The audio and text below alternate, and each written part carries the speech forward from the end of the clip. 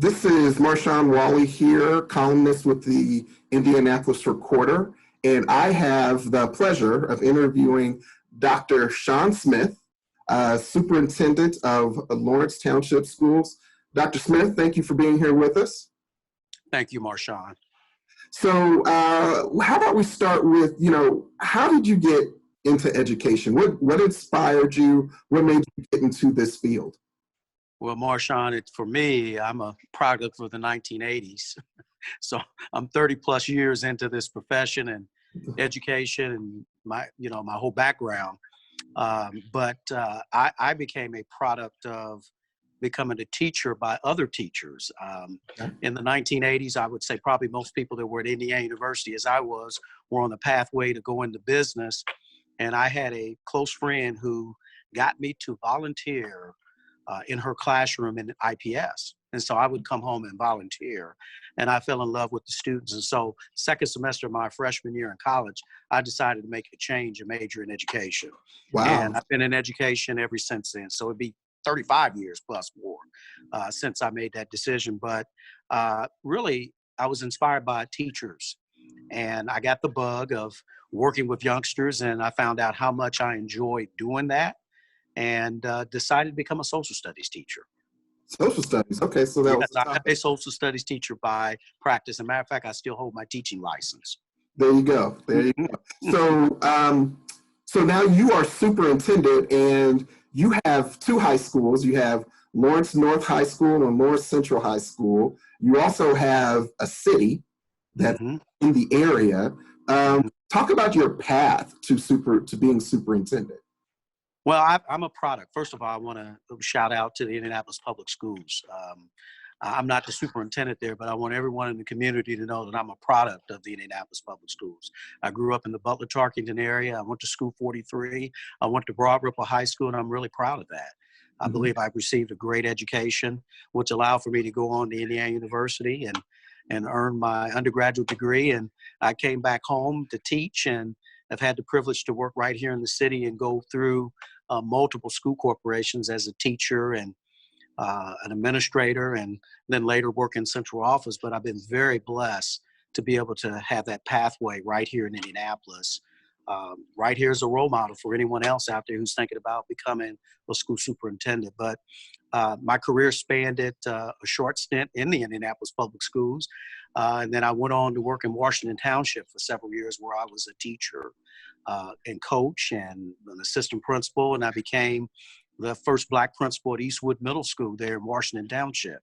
And spent 14 years there. Matter of fact, Marshawn, I think I was principal there when you graduated from North Central. So I've got a lot of my former students and people that I know who are now in their 30s, 40s, who are products of what we tried to do there. And then later I went on to work in Pike Township and worked for a great leader in Nate Jones, who was superintendent at that time, where I served him in many different capacities. And before I left there, I was his assistant superintendent before I became superintendent in Lawrence Township. So I'm a product of the city. Everything I've done with education, my personal education, and schools that I've led and organizations that I've worked for have been right here in Indianapolis.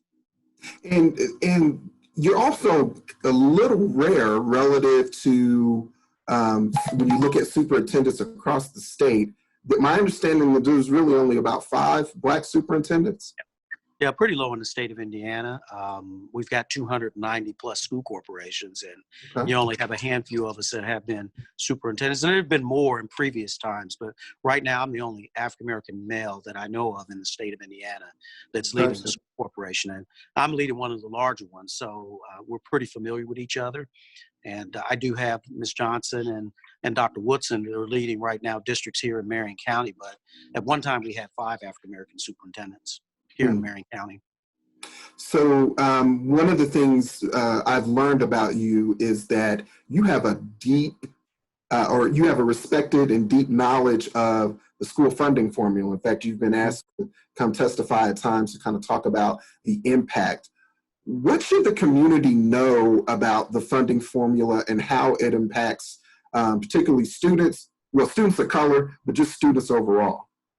I think people have to understand that the schools are businesses, and they don't operate with donations.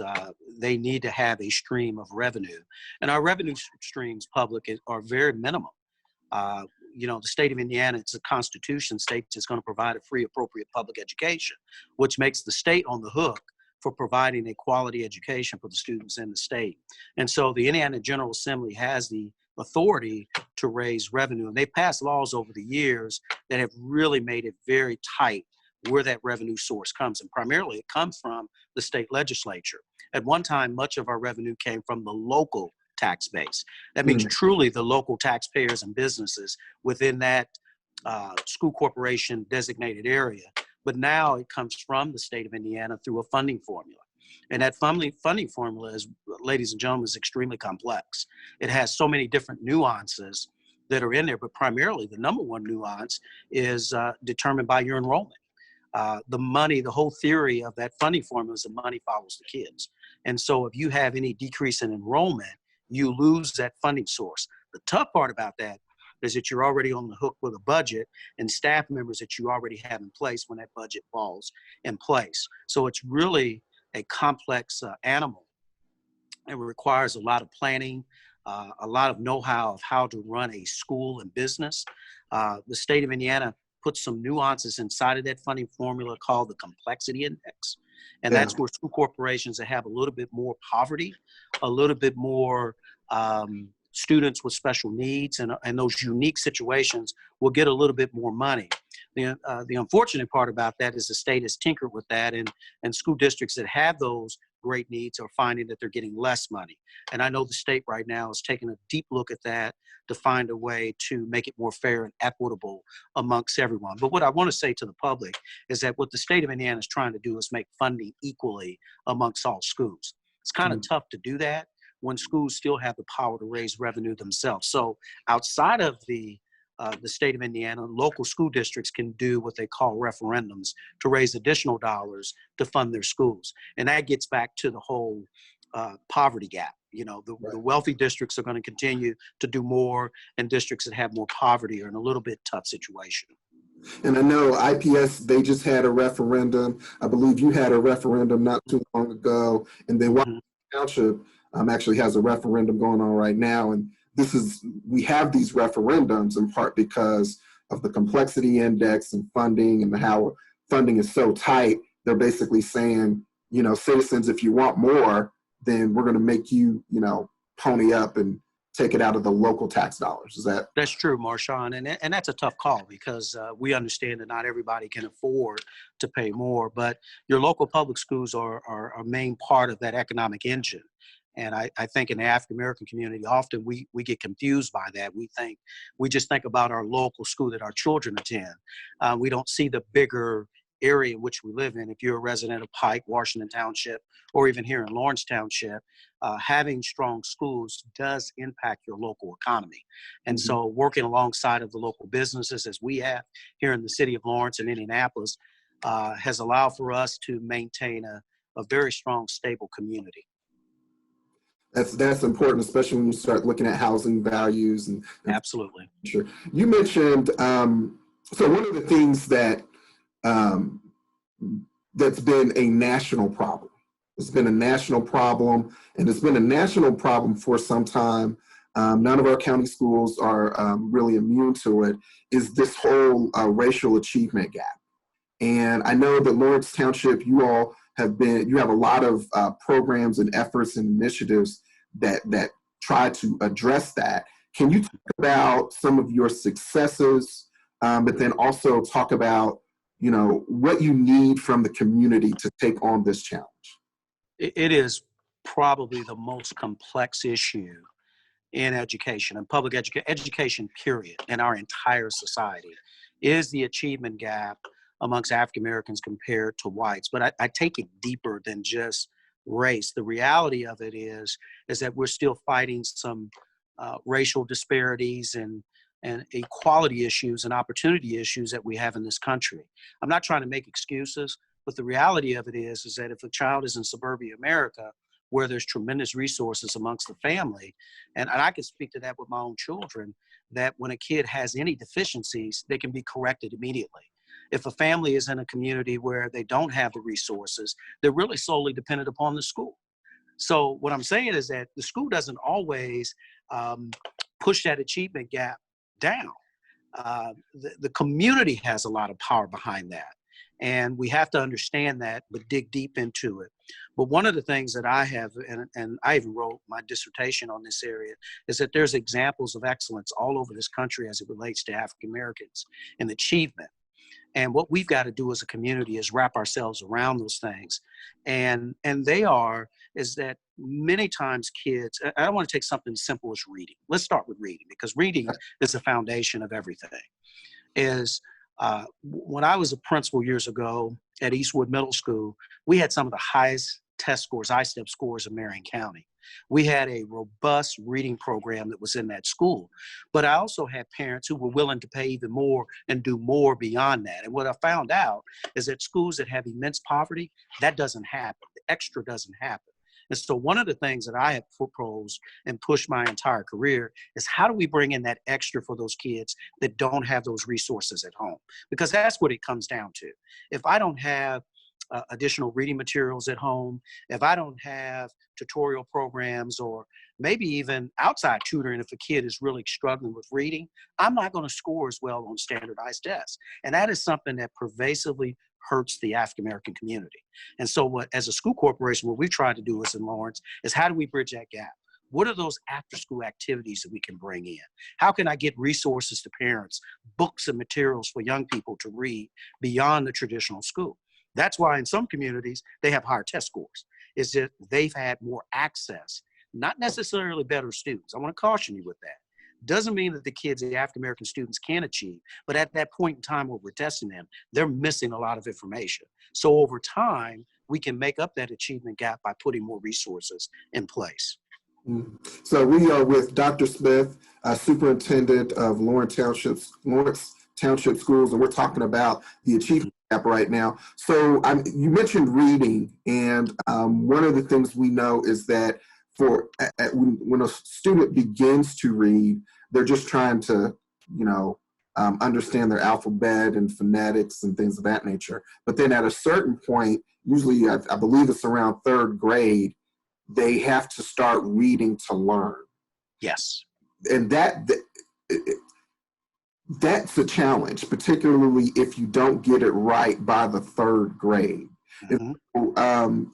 How are you all thinking about that, approaching that? I know you talked about books and school and things at home, outside in the community, and I believe this is a community problem that has to be impacted by the community. But is there anything special? Because I know Lawrence Township is known for having some unique programs, interesting programs to kind of take this on.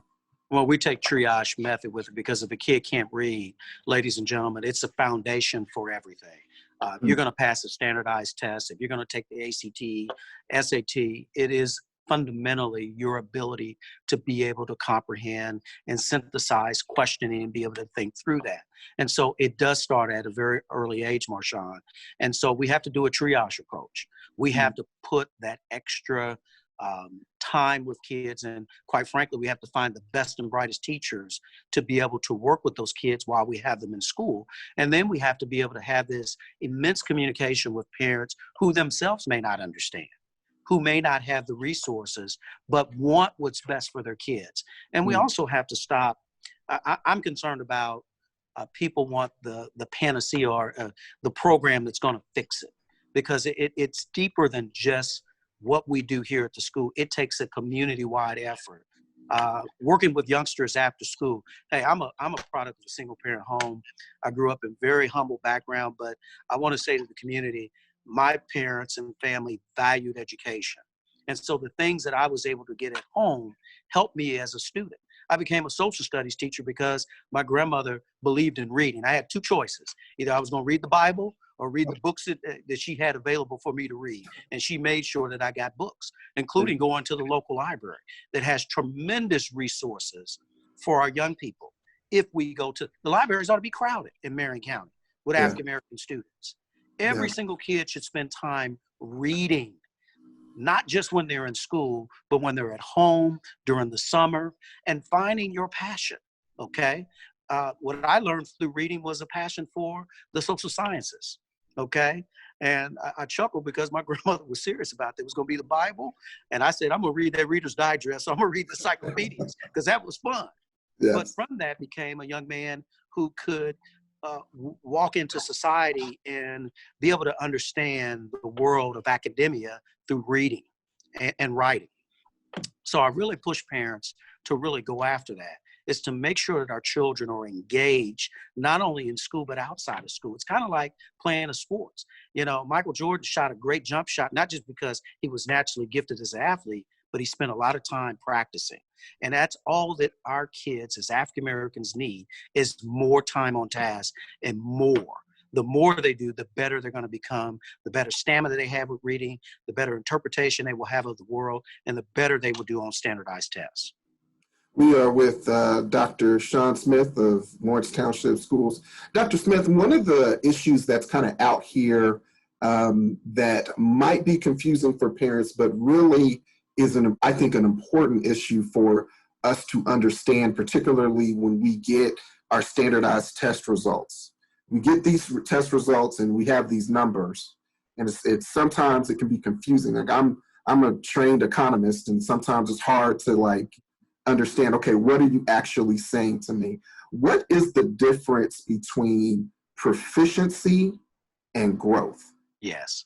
That, Well, as all of you know, that we have state mandated standardized tests developed at the state level, and they set cut scores for what is passing, and they are supposed to show where a kid is proficient. And I really want to say, really at that moment in time when they take that test.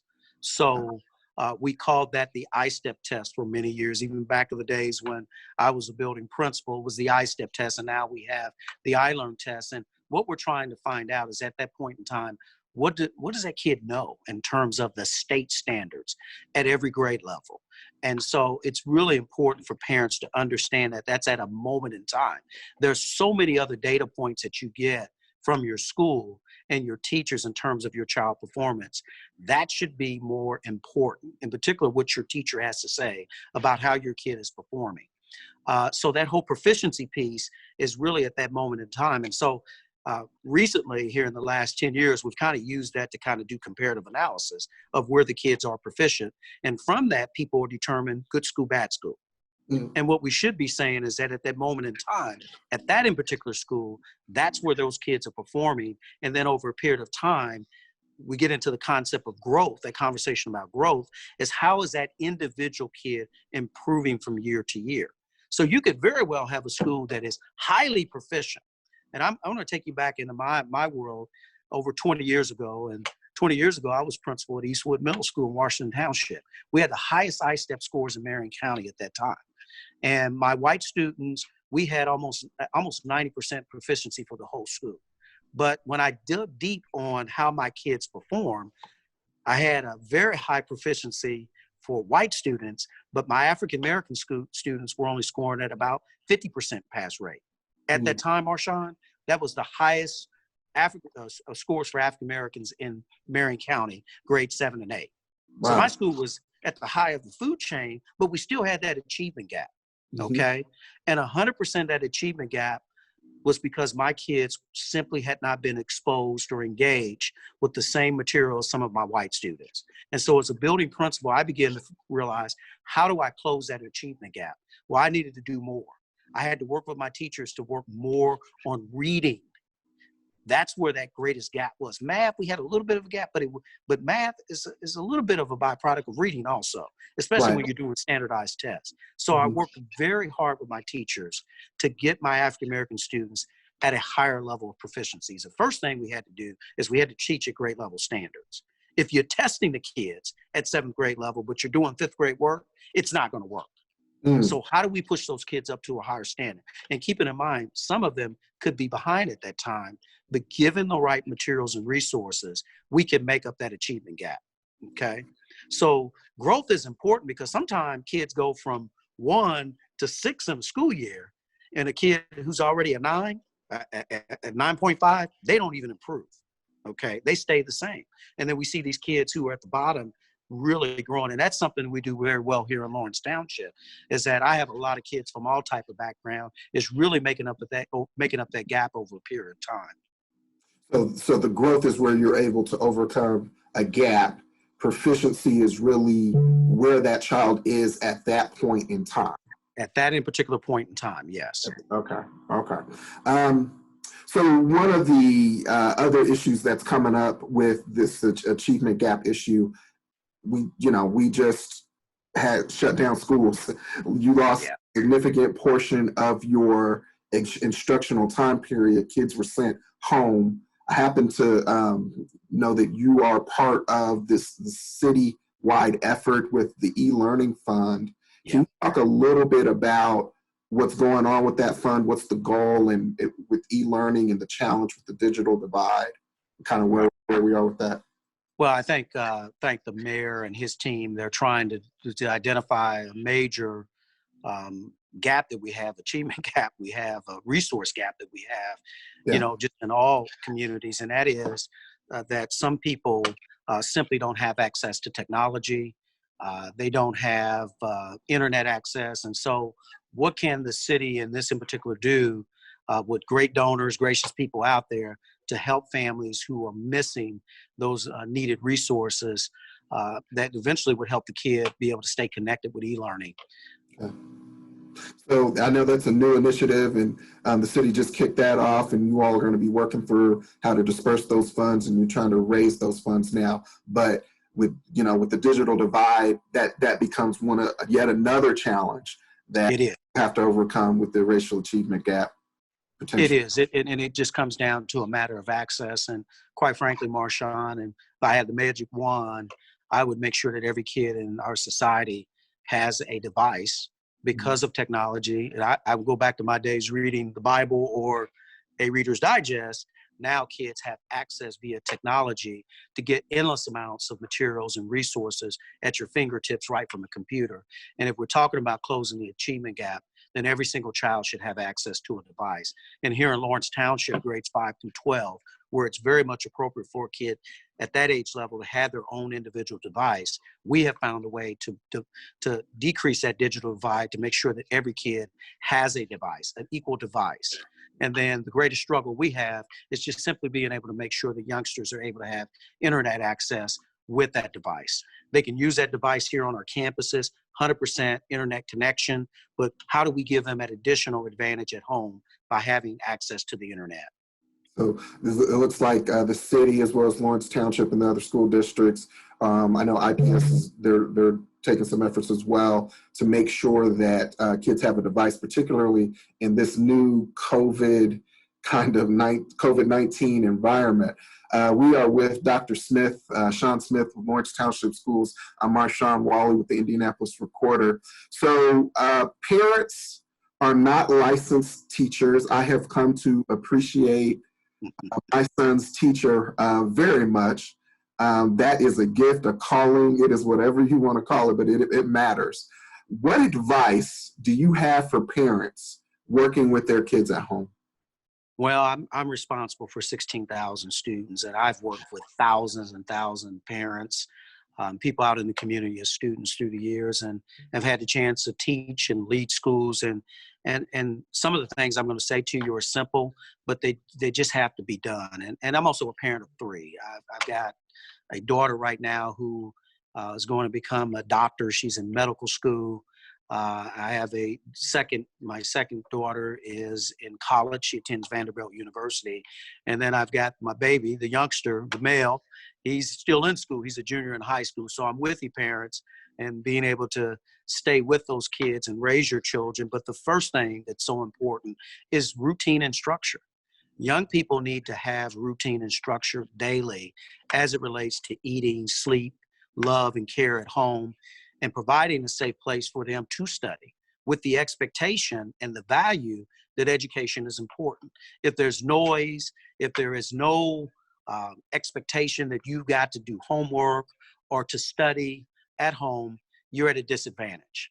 And we have to be very honest with each other. That I have a lot of children and families that struggle with that. And we talk about that openly. I had to do that as a building principal, and I still do that as a superintendent.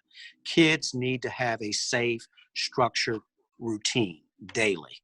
And because we're not in school, it's so important, parents, that you find time carved out for them to do that throughout the day, to engage in academia. One of the things that I just believe in, I wish everyone had some form of access using technology like this, where teachers can engage with you and send you information every day so that young people can learn. But right now, they can be reading. Kids can read. Reading is not going to hurt them. The more they read, the more stamina they get and their ability and comprehension to understand what they're doing. Use your resources from your school. We have tremendous resources here at our school that we're providing with our devices, with communication with your teachers.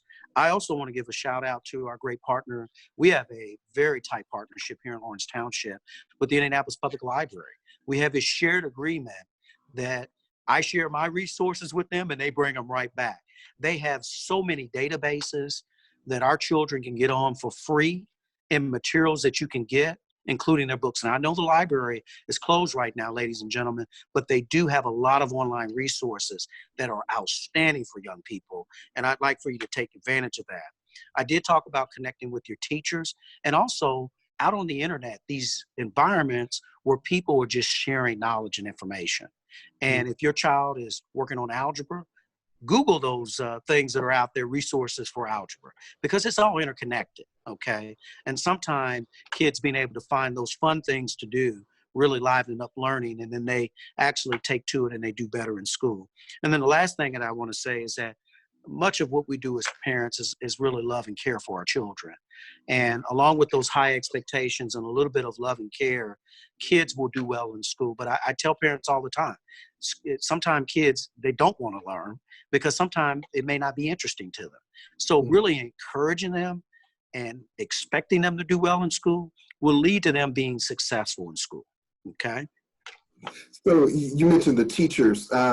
Staying in contact with teachers is going to be critical, especially for students that might have individual IEPs and different kind of programs where they have to do special kind of education, special educational needs. It's been said that previously where it was the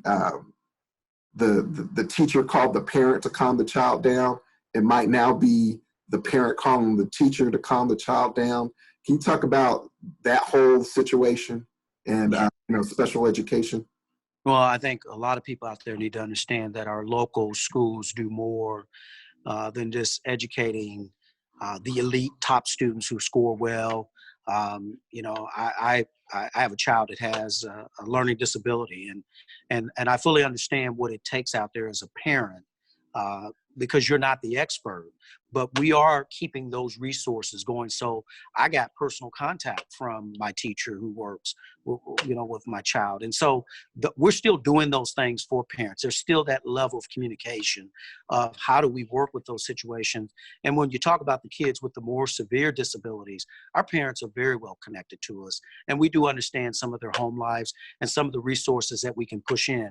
Unfortunately, during this difficult time with this virus, has really put a lot of our kids who are health very fragile at a disadvantage where we can't bring people to them because it's just simply not safe right now. Right. So the local public schools, we really realize how difficult it is during this virus. And we also, and I think communities now are beginning to realize how much we actually do within the school setting. In terms of taking care of the most fragile, the most needy. We feed kids. We provide a lot of social and emotional support beyond just academics for young people. And those are the critical things right now that are missing in our school environments. And I don't care if you're a charter school, private school, they're all missing those key pieces, that human interaction that we provide for young people. So staying in contact with your child, and it sounds like there's even an expectation that with your child has some kind of learning disability, staying in communication because those services are still being offered. You mentioned schools as a community asset, and I think we've really come to appreciate that, especially now a lot of schools stepped forward with their food programs to kind of help make sure that folks were still getting fed.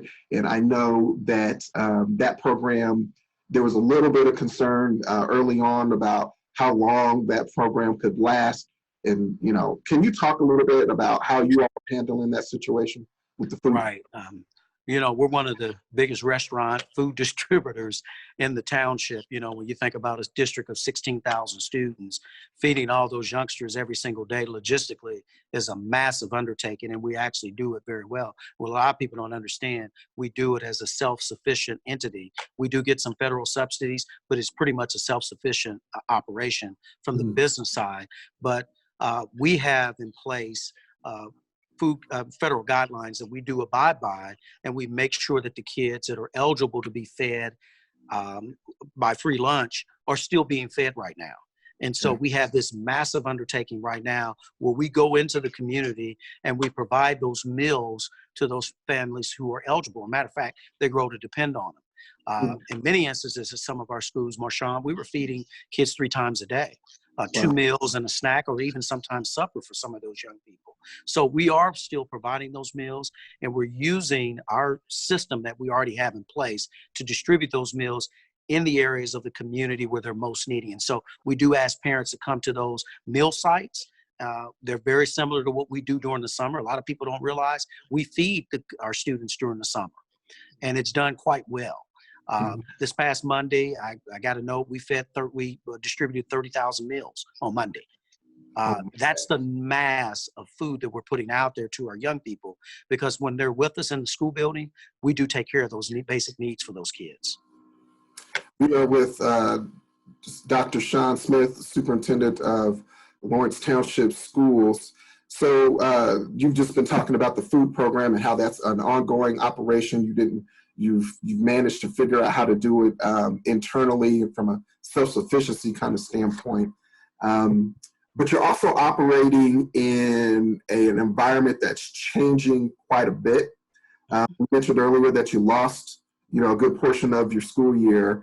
What do you want the public to know about Lawrence Township and how you're approaching COVID-19? There's rapidly evolving situation, and there's likely things that you don't know yet going into this new normal. So can you talk a little bit about that and how you're approaching that? Well, I think very first and foremost for the community, and I would say this is probably true of everyone, we're going to keep some form of semblance of teaching and learning going. We're not going to stop that. We're going to do everything we can with technology. In our community, we're even providing packets of information that parents, homework and assignments that parents can work with their kids on. We have it online, and we're actually making the paper copies. We're going to try to keep everything as stable as we possibly can under the circumstances. We'll end the school year when we have to end it. Hopefully we'll be able to provide some summer programs. Hopefully we'll be able to come back together and do the things that we do. But I want the community to know that we're still going to do the great things that we've always done here in Lawrence Township. We are building buildings. We're renovating them so that our kids, when they return, are going to be superior facilities for them to learn. We're going to continue to find the best and brightest teachers that we need to do. So we're just not going to stop. We're going to keep things going. But I want to commend the public health officials that we have here in Marion County, in particular Dr. Kane and her group, who's communicated extremely well with us, the mayor of Indianapolis, the mayor of Lawrence for me, the governor, all of our elected officials are working alongside of us and communicating with us as to what the next steps are. I do caution my parents. Those guys are from the food chain. They're a little bit above me, and their decision-making impacts what we're able to do here. Once we have the green light to get back to normal, we will be prepared to do that. But I'm going to lean on the public health officials to keep us safe. The most important thing for me is for all of my students and my faculty members to return for me and my parents. And so I ask everyone out there to really just be cautious. This virus is real. We've had some difficult situations in our district with some of our staff members and certainly some of our families that we're paying close attention to, and do follow that whole thing about social distancing and washing your hands and really staying safe. And I just firmly believe in it that we will get through this and we will get back to normal and the stability that we've always had for our children. Because at the end of the day, I just firmly believe our kids need to be in school. So, so it's all, everything's still moving forward as best you can, as far as particularly with the instruction. Mhm. You've had buildings that were being developed. You're still moving forward with that. Seems like everything is moving forward as best you can. There's been a lot of discussion about a new normal, and there's also been questions about maybe what happens in the fall. Have you all started thinking about that? We're already into the fall, and quite frankly, ladies Yeah, and gentlemen, I'm already into 2021 as a school superintendent because I have so many business functions that we have to think of. So we're always thinking. yeah, But I hope we're not in a new norm because there are so many traditions that mean so much to these young people. yeah, My heart goes out there to my seniors. Just hold on. We're going to wait and find out what they tell us because graduation is huge. yeah. My kids have worked hard. They perform well. We've won state championships, and we were shorted on one with basketball for the boys. But we know that at some point we'll get back to some form of normalcy and allow for our community to celebrate our kids in a way that is very meaningful and purposeful for our kids. So that's one of the things you're trying to figure out. How you might be able to celebrate at least your senior class 2020. That's something you're still trying to work out. Absolutely. As we're operating in this environment. And then obviously you're thinking about the fall and how you're going to move forward. What do you mentioned elected officials earlier, and they're in a lot of an uncertain environment as well. What do you want policymakers to know about how COVID-19 is impacting schools? Well, I think first of all, our whole being is social interaction. That's how young people learn. That's why I became a teacher and a school superintendent, is because I interacted with teachers and mentors. And so not having our kids in school is difficult, which I think common sense, they know that.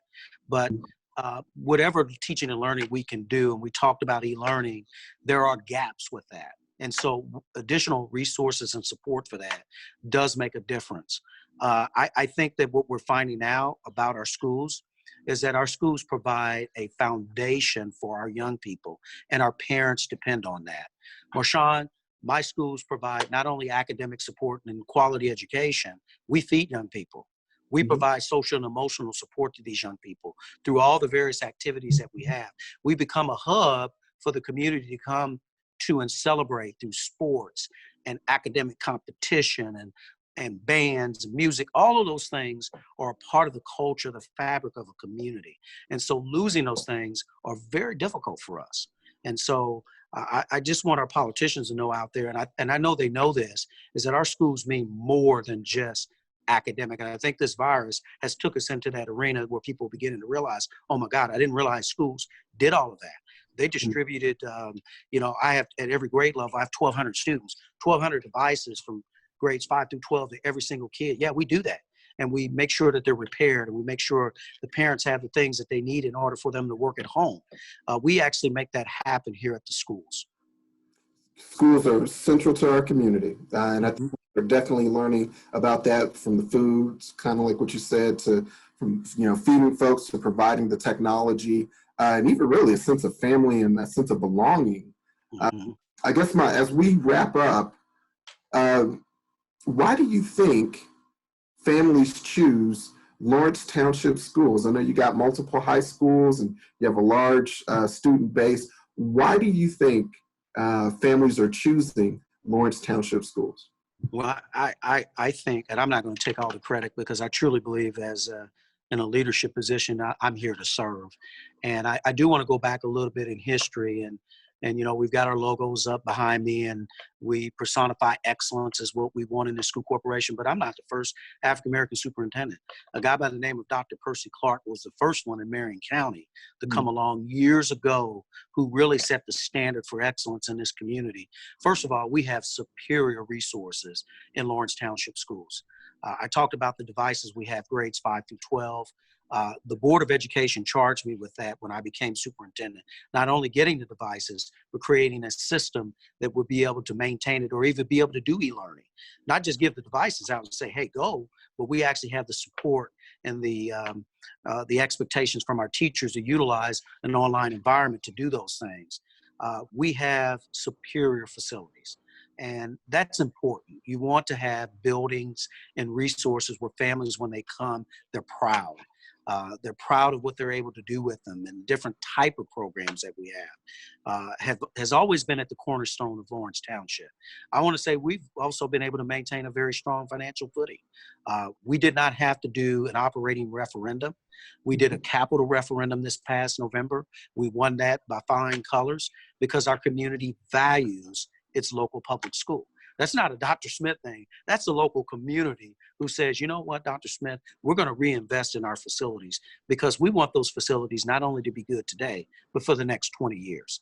So, in a nutshell, and we've got superior teachers and educators that work in this district. Last year, we had the Indiana State Teacher of the Year, Ms. Tam Markey, that came from this district, and she represented the whole state well. But I'm going to brag. She came from Lawrence Township. So I'm a little bit biased. But at the end of the day, I believe in public education and education for all students, and we're very proud of our school corporation. This is Marshawn Wolley with the Indianapolis Recorder, and we have been speaking with Dr. Shawn Smith, a superintendent of Lawrence Township Schools, one of only 5 Black superintendents in the state of Indiana and the only Black male. It's been a privilege chatting with you, sir, and thank you for all the information. Thank you, Marshawn, and I want to really a personal thank you to you, young man, of inviting me, and also a shout out to the Indianapolis Recorder. I'm a big supporter of what they do, and I'd say to the entire African American community, it is our newspaper, and we need to support it, read it, and support what they're trying to do for our community. So thank you, Indianapolis Recorder. So with that, we thoroughly enjoyed our conversation with Dr. Smith. Next up, we will hear from Superintendent Aleesia Johnson with IPS as she talks about how IPS is reacting and responding to the impact of COVID-19. With that, we'll see you next week. Thanks. The Next Generation Initiative started about 5 years ago with a clear vision of providing young people with an opportunity to get real-world skills in media production, so by the time they got ready to go into the workforce, they would be prepared. And Dwan had a great year for Ben Davis. Ben Davis able to make the state championship game again. Being a part of the Next Generation Initiative, you kind of get hands-on experience at the high school level that a lot of other schools or programs don't offer you.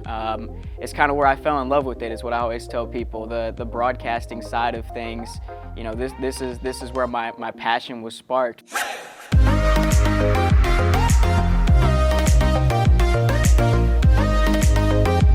Welcome back to the MIC Network. If you're just tuning in, it's halftime here at Ben Davis High School.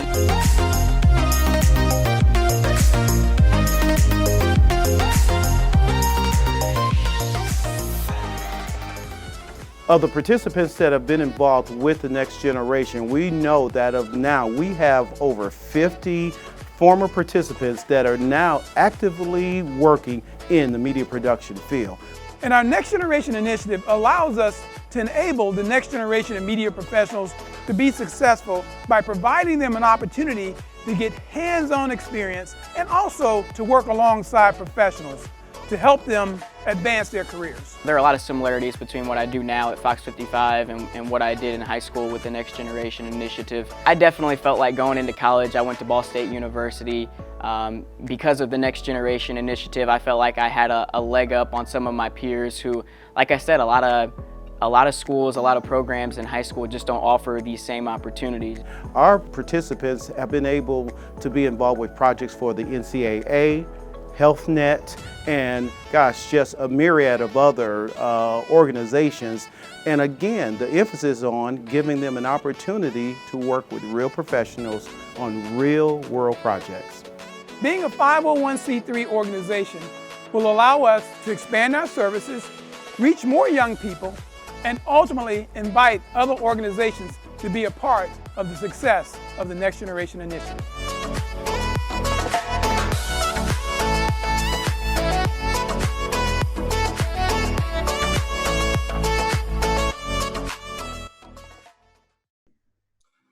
Hi, this is Marshawn Wolley with I'm Just Saying of the Indianapolis Recorder, and we are hosting the Indianapolis Recorder Facebook Town Hall with Superintendents. And with us, we have Aleesia Johnson. Thank you very much for joining us. Aleesia, say hi. Hi, happy to be here. Hi, Awesome, I'm Aleesia Johnson. Yes, and so what we want to do is have just a conversation about education, COVID-19, and just kind of do a little check-in with our area superintendents. And so I guess the first question is, what made you get interested in education? Well, I come from a pretty long line of educators in my family. My mom is currently an elementary school principal in Evansville, Indiana, my hometown. My grandfather was a longtime career educator, also in Evansville Public Schools, as one of the first Black administrators in the central office down in the Evansville Vanderburg School Corporation. My grandmother was my Sunday school teacher. My other grandmother was a teacher's assistant for many years. So I think it's genetic in some ways, but also just coming from a family of folks who, one of our big family values is service to others. I always loved school and enjoyed being in school. And so going into education and teaching, seeing the examples around me ended up being where I felt most sort of comfortable and most like I could use my own gifts to serve my community.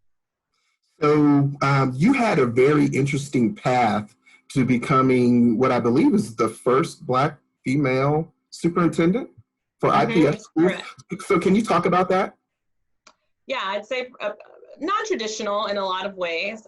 So I started my teaching career actually in New Jersey. I spent 2 years in the Teach for America Corps in Paterson, New Jersey, and then came back here because I wanted to get closer to home. So came back here to Indianapolis in 2004 and taught as a founding teacher at a school in middle school. I always taught middle grades, which some people wonder about doing that, but I love those middle school babies. Taught there for about 6 years, was a teacher coach for 2 years, and then an assistant principal, and then a principal. And then came into the district actually in 2015 to lead our work around innovation schools, which is basically trying to kind of marry the traditional public school sector with the charter sector and figure out this like third way of existing, and did that work until 2018, where I moved over as the deputy superintendent for academics. And by the end of that year, my former boss was moving on to his next leadership role in DC, and then became the interim superintendent and got to fortunately go through the selection process to become the permanent superintendent last July officially. So that was a little bit of a whirlwind journey, certainly over the course of 2018 until now, but really very privileged and excited, and feel very fortunate to get to lead the district at this time. So you had different school settings in the sense that you were in different parts of the country. You had some charter school experience. You had the administrative experience. So it's a different, really an interesting kind of perspective. And I know Indianapolis, when you're thinking about education, there's a lot going on. What's been the most significant change in education from your perspective? Since my time, it's from my teaching years to now. Yeah. Yes. Yeah, I think particularly to Indianapolis specifically is the fact that I think we have a very unique landscape as it relates to choice. So one, we're one city, but you have IPS plus the other townships around us, all within the city boundaries, which creates a choice landscape, obviously, in many ways. And then you layer on top of that the charter school sector, substantially in the IPS boundary, but that creates an element of choice. We know Indiana has been a very choice-friendly state, and so you have vouchers that are available to families for private school experiences. And so I think the biggest shift is the world was I live here and this is my school, and that was maybe my grandmother's school and my mother's school, and that was just what was the sort of standard. And now we're in a world where parents and families absolutely have a choice about where they want their student to be served educationally. And so as educators and as schools, we can't, I don't believe, make these assumptions anymore that folks are going to just automatically choose us. We have to earn the right, is what I talk to our principals a lot about. It's like, you have to earn the right to serve our students. So what's the case that you make about why your school and your community is best to serve children? So, and I appreciate that, making the case. You have really publicly led on the issue of racial equity. And I know that as someone who talks about that and studies that and advocates for that, it is a journey. Can you talk about like just where IPS is in their process? Yeah, it's interesting because if you talk to folks who've been doing this work for a while, even the partner of the district, our Racial Equity Institute, and they will talk about where the district was in terms of a willingness to engage in conversations and a mindset around naming racial equity as a really important sort of foundation to our work, that there was a lot of hesitancy and resistance when this work first kicked off. And we've come, from their point of view, a pretty long ways in terms of people really understanding and wrestling now with this idea of how we see these inequities play out in our system, and then even, more broadly in our community, day after day, year after year. And so I think, we have made some progress in starting to sort of shift and impact mindsets and bringing the conversation to the forefront. But you can't stop there. That has to now shift into what are the actions that we take and what are the things that we do differently? How do we think about our decisions differently? Because now we are saying this is going to be a lens that we use for all of our decisions and how we think about our work. So, I think we, step one, we're sort of, I can check that box, but we're quite far from where I think we have to be as a district, as a community. As we think about COVID-19, my hope is that we soon see data broken down by racial groups. We've not seen that yet at the state level or at the county level, because what I can say with probably 99% certainty without having seen those numbers yet is that we're going to see those disparities play out by race, because we know all of these systems all exist to reinforce each other. So healthcare disparities, educational attainment disparities, criminal justice disparities, all of those things, housing disparities, reinforce each other. And now in the middle of this health crisis, I believe we'll see all of those things highlighted in the folks who are being most impacted by this crisis, which is why, racial equity has been such a foundation of the work we're talking about in the district. It's an education issue, but beyond that, it's a societal community issue. And so until we all say, yes, it's an issue and we're going to work to address it, we'll continue to spin our wheels and be in the same place. I appreciate your leadership in driving that conversation. And you also mentioned the actions. And one of the things I know for certain is that our schools care about our kids, and that there's likely work that's been happening. I mean, we know that the racial achievement gap is not just a one township problem. It's not a county problem. It's actually a national problem. And so I know that my understanding is IPS has programs and initiatives and things that they've been doing. Can you talk a little bit about maybe some of the successes that you've had, and then also your concerns? And then I'd also be interested in understanding really what can the community do on this issue from your perspective? Yeah, so we have since 2015 been leading our Racial Equity Institute, which is a 2-day, full-day training for our staff. There are a number of community members who have engaged in the training in partnership with the Racial Equity Institute, really to talk about what is race, what is the history of race and racism specifically in our country. And so how have we literally enshrined these practices into our laws and into our policies, and we see those things now play out you know, even now, even though these things were centuries ago. And so, but people need to understand that history so we can have this conversation and speak from a common language and common understanding. So that work's been happening since 2015. Prior to that, I'm sure you know are very familiar with Dr. Patricia Payne. She has been a cornerstone of this work. She's been a cornerstone of our district. 56, I think it'll be 57 years of service to IPS this year, and so has continued to sort of trumpet and lead our district through the many different iterations, multicultural education and cultural competent education, whatever you called it, just making sure she was continuing to help the district think about our work through this lens of race and race equity. The Institute has been in place for a number of years. This year, we made a couple of commitments. One was that every new teacher to our district would go through the Institute, again, to start to continue to build that common language and understanding of race and racism. At our principal meetings, which we hold once a month, we've dedicated sacred time to engaging in a collective book study.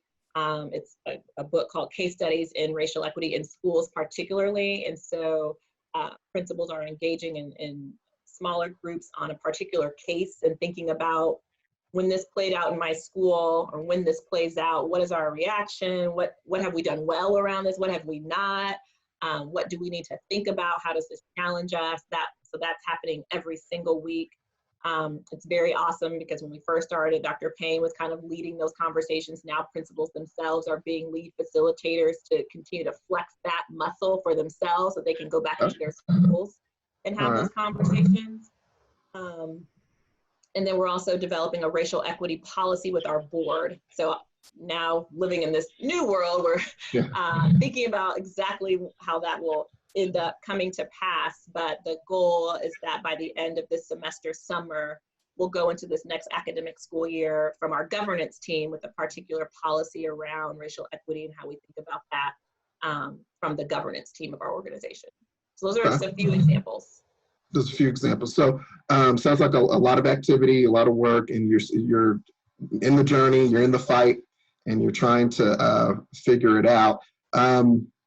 Parents right now are trying to figure out a lot of things. Parents are not licensed teachers for the most part, and we're all dealing with the closing of schools. And I'll want to get your perspective on basically how that information is being delivered to you a little bit down the road here. But what advice do you have for parents working with their kids at home? And can you kind of talk about that from the equity lens perspective? Because I know that there's some challenges there. Yeah. I mean, I have used the word grace a lot of times these past few weeks, because I think that is what we have to extend to one another. And our families are not exempt from that. You know, I am the superintendent of the district. My husband is out of my home right now working. I've got my 3, IPS students here, trying to get us back into our home learning mode. And it's hard. And I am an educator. You know, I have degrees and all of these things, but the fact is I'm also working. So, having to manage, they have a question on math, or what do I do now? And I'm on a call, and all of these things is extremely difficult. So, to parents, I say, hey, we are all trying to make the best of what is a very uncertain and anxiety-inducing situation. We are going to make mistakes. As a district, we're going to make mistakes. As human beings, we are going to make mistakes. So how do we give each other permission to just extend grace to one another? We want our kids engaged to the extent possible academically with the materials that we have for them. But in my opinion, this is not the time to have sort of such a rigid schedule, and that you set yourself up for one more way to feel like, oh my gosh, I'm not meeting the bar. Oh my gosh. It's just, we gotta extend grace and patience and flexibility to one another right now, to our children right now, because it is a time of uncertainty. So that, give yourselves patience. If an hour a day works best for your family and that's what you can pull off, do that. If you can do a little bit of a longer time, do that.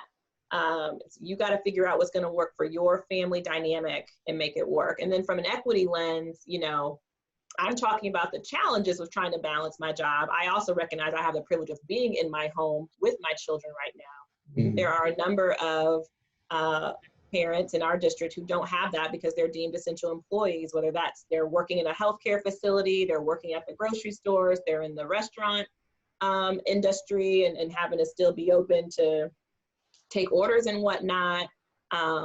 You know, I imagine those parents, when you are both out of your home having to work and then trying to come home and support your child in learning, that is difficult. So it is, you know, it is do your best with what you can at this point in time. We understand and know that it is not the same as school. We are not trying to recreate school. I do not think that is the sort of context we need to be trying to recreate right now in the middle of a global pandemic. So it's let's build connections with our children. Let's make sure they are safe, and then let's figure out how do we support them academically and staying engaged. But how do we also acknowledge that like we can't recreate school, and parents are not trained teachers, and balance that.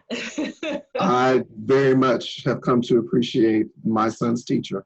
Yeah. I think all of us they are essential to me. Absolutely. From that perspective. So you mentioned the pandemic. We're definitely in this public health crisis. And one of the things I appreciated about all of the area superintendents' responses to the pandemic was the food program. Can you talk about like just, you know, what's going on with your food program now? There was just an announcement last week that may have implications for that. Have you all decided kind of how you're going to handle your food program moving forward?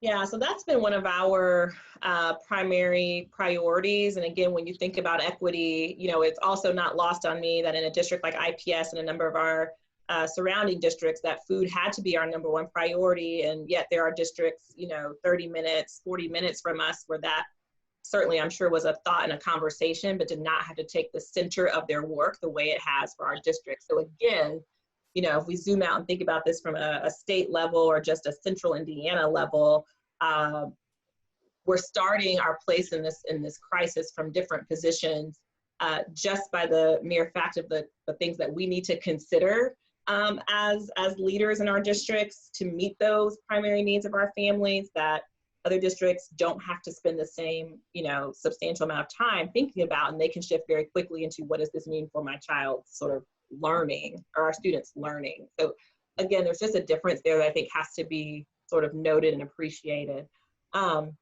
We have increased our number of sites. So we went from 7 to 16. This is our second week, having 16 different sites across the district that we believe we've geographically dispersed, hopefully so that it is accessible for all of our families. We're going to 2-day-a-week distribution, but distributing multiple meals during that time, trying to serve really two purposes. One, that families don't have to come out as much, so I don't have to come every single day to get that one meal at a time. I can get a group of meals at one time, so limit the number of trips needed, as well as for our food service workers, also limit the number of daily interactions that they need to have out in the community from a public health standpoint. So we're trying to hit both of those things. We are adding dinner into the distribution this week, which will be new. So a lunch, dinner, and then the breakfast for those days between the Monday and Wednesday serving time. Okay. Yeah, that'll be available. So we're excited about that. Our food service team has been tremendous in responding and being really thoughtful about how we're engaging our community. We also have partnered with Gleaners Food Bank, and so this will be the 4th week of that partnership on Fridays and Mondays from 4 to 6 p.m. Again, at a number of school sites across our district, families can come and pick up a family food box, and that again has it contains non-perishables that should support multiple meals over the course of a week. So we're trying to be sure, to the extent that we can do our part, to make sure our families have the food that they need. I will say our Chief Operations Officer was just emailing our group today and saying the need is continuing to increase. So our numbers are growing week after week. Wow. So the positive is that people are seeing what we're able to provide as a help. Obviously, the negative of that means the longer we are in this place, the higher the number of families who will need that service. And so we're thinking a lot about what does that mean? Are there other shifts or changes we might need to make because the demand is likely going to continue to get higher? Wow, that just really shows how schools are so central to communities. That's just been amazing. It was something that I was immediately concerned about, and just seeing that, the area superintendents responded in the way that they did, that was very good to see. Now, you all are in a very dynamic environment. It seems like maybe every other day, someone's the governor is having a press conference and making some announcement where your staff and your team, I understand, is hearing, major announcements at the same time. Parents and families are hearing these things. And so, what do you want the public to know about how IPS is responding to COVID-19? Basically, your approach, especially given that it's an evolving situation. What are things that you know right now, and maybe things that you don't know right now, and that will kind of work themselves out in time? Yeah, I mean, I think what you highlighted is one of the things I want people to know is we're getting the information in real time, particularly around the closures. So both of those announcements, both the first May 1 and then the second for the year, came through the governor's press conference, and schools did not, get a sort of advance notice that was going to be the announcement. Obviously, there are, sort of signs and indicators that might be coming. We obviously know the number of cases is continuing to go up. We have not yet hit that peak time. So all of that led us to believe we would likely be in this place and that the governor would likely be making a decision, but we didn't know that for certain. So IPS, every district is doing its best to respond in those times to what we are hearing.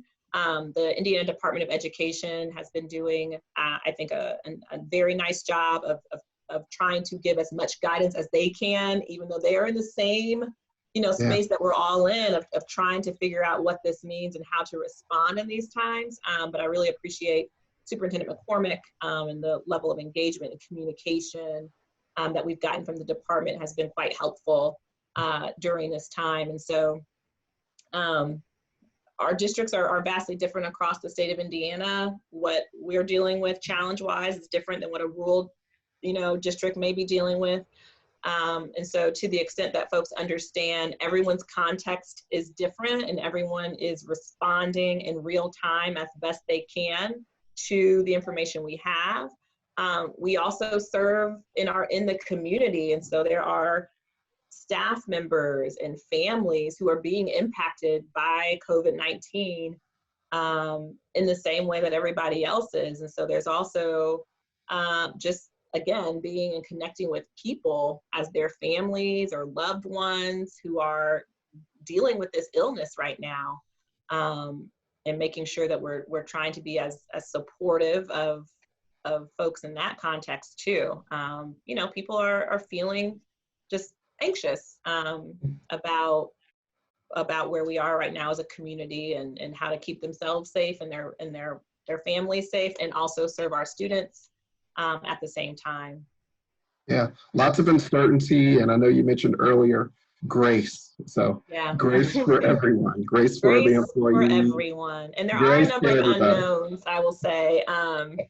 So I know we've gotten questions around, from families, when can I come in and get my child's items? Because obviously the decision to close came pretty, abruptly, at least with the Marion County decision. And so some students might still have materials in schools, or what about graduation and prom, these really important milestones for students. So everyone should just be talking with their student, school, or district about those plans. I know everyone's priority is public safety and the public health. We still have a weekly Marion County Superintendents call when we're talking to each other and asking questions around how are you thinking about this, or how are you thinking about this, so we can share knowledge and information and thought partner with one another. So folks should just know those conversations are happening. Every district will make the decision that's going to be right for their particular district. But I do know every superintendent's priority is keeping our community safe and healthy to the extent that we can. That's fair, and you know, it's again grace and uncertainty. So when you're thinking about policymakers, you know, there's a lot of decisions that are being made in this uncertain times. What do you want policymakers to know about how COVID-19 is impacting schools?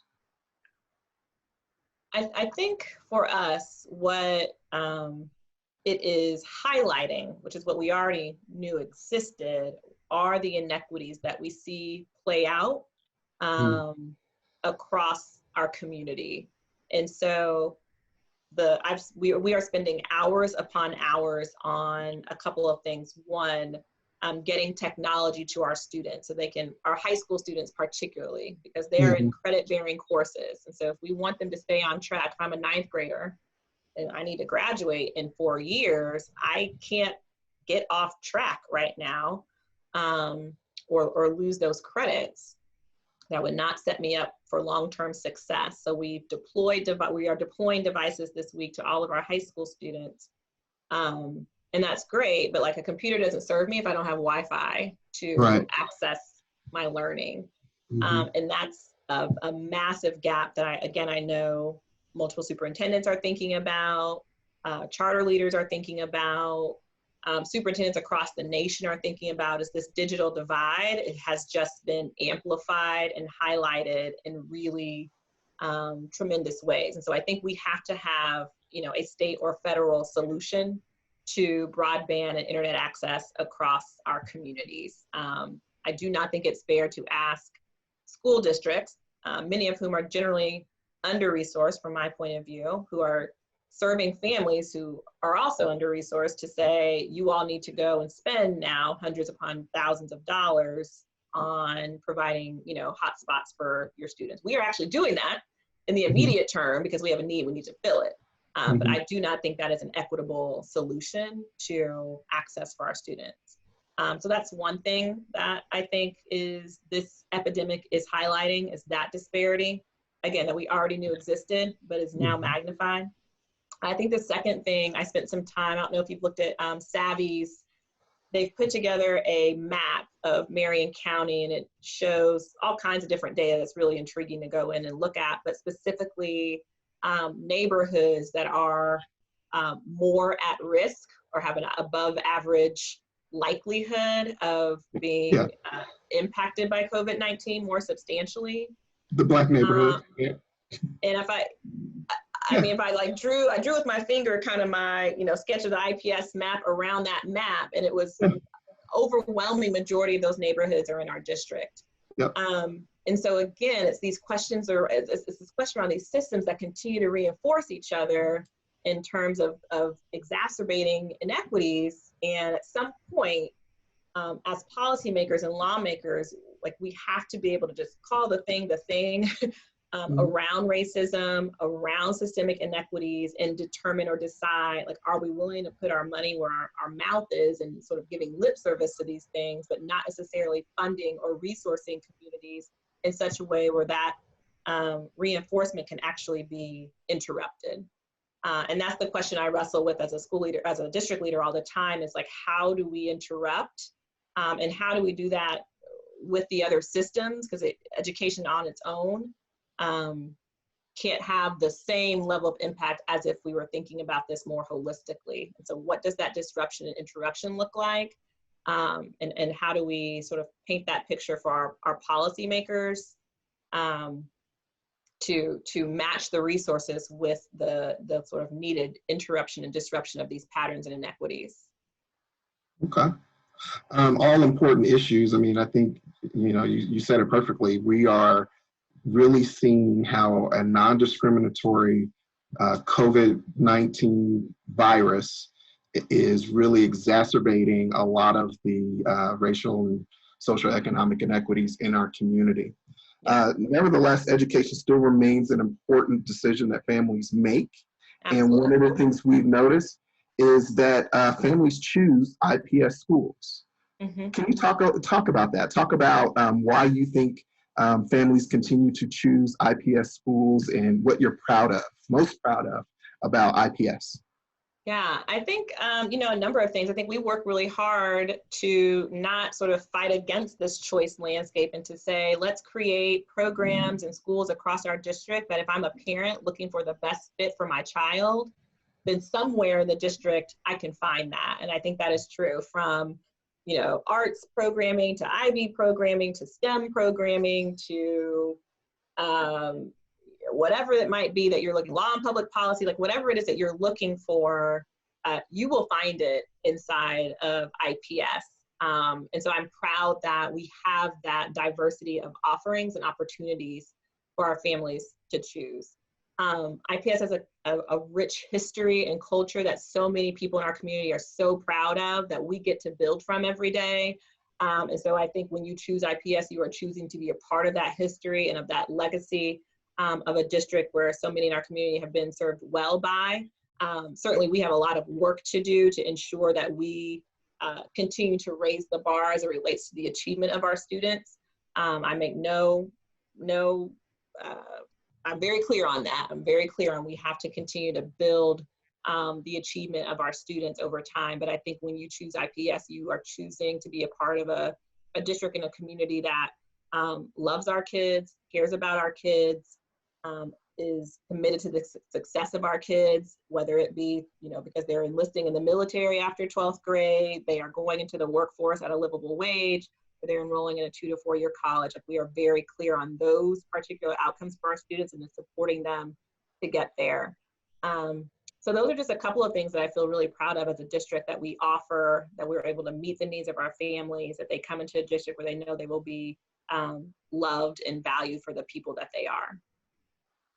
Right. So we've been spending some time with Superintendent Aleesia Johnson with IPS. We thank you for the conversation and the insights on the IPS school district, and we'll look forward to having more conversations with other area superintendents about education and the impact of COVID-19 and how we move forward as a Black community. Thank you. Thank you. I'll ask folks to go to www.myips.org. That has all the information on our food program, our home learning resources for families, mental health supports, how to talk to your children at this time. So please see that website. There is a wealth of information there for everyone to take advantage of. Very important resources. Thank you for reminding us. Yes. Well, that's all I have. Tune in next time. Every 10 years, the United States conducts a census throughout the country. Para contar cada persona viviendo aquí. And now, y ahora, the 2020 census is here. The census is important because it determines funding. Los fondos dedicados a educación, schools, programa de almuerzo, Pell Grants, housing, healthcare, transportación pública, servicios de emergencia y más programas públicos. When we don't fill out our census forms, عندما لا نقوم بملء استمارة التعداد الخاص بنا, nuestras voces no son contadas, and our community isn't served. And worse yet, looked over. Si queremos escuelas mejores, viviendas mejores, servicios mejores y recursos mejores. This is a way to take action. ساعد مجتمعنا المحلي وشارك في الإحصاء حتى يكون لنا ممثلين في دراسة التعداد. Debemos participar porque nuestras voces importan. Our communities matter and our futures matter. Visita 2020census.gov para llenar el censo 2020. Because our communities deserve to be heard. لأن مجتمعاتنا وأصواتنا تستحق أن تسمع. Porque nuestras comunidades merecen ser escuchadas.